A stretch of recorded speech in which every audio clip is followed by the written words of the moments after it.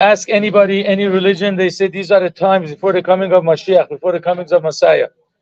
It says there's going to be a huge war, World War III. I don't want to talk about, the unhappy stuff.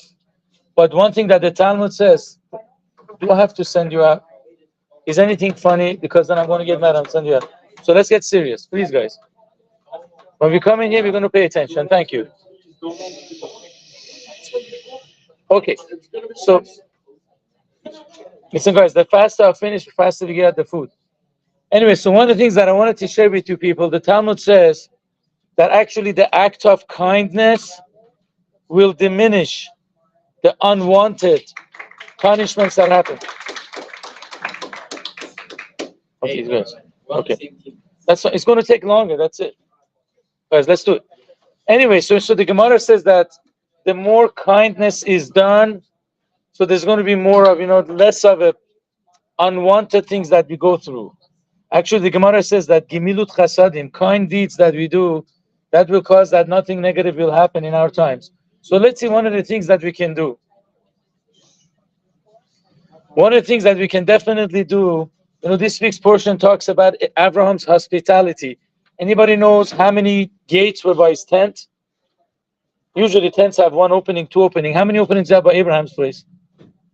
Anybody knows? 4.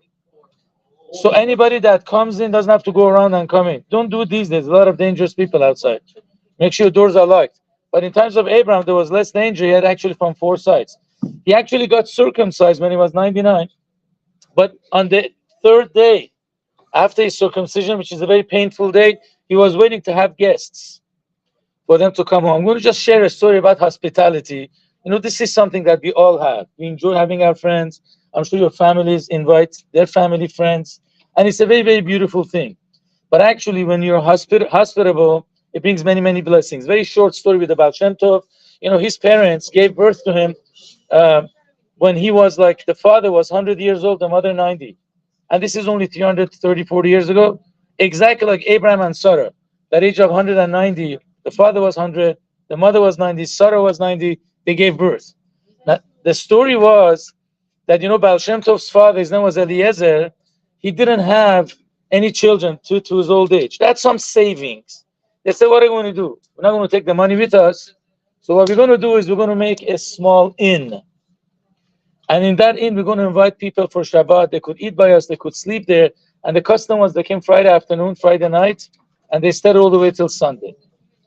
That's the way it was. Now, the issue was that, a lot of people came. Please, guys, let's go. Let's find your seats.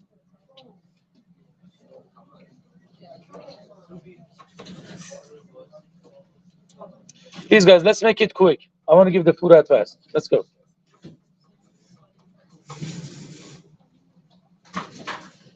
Traveling on Shabbat is not allowed.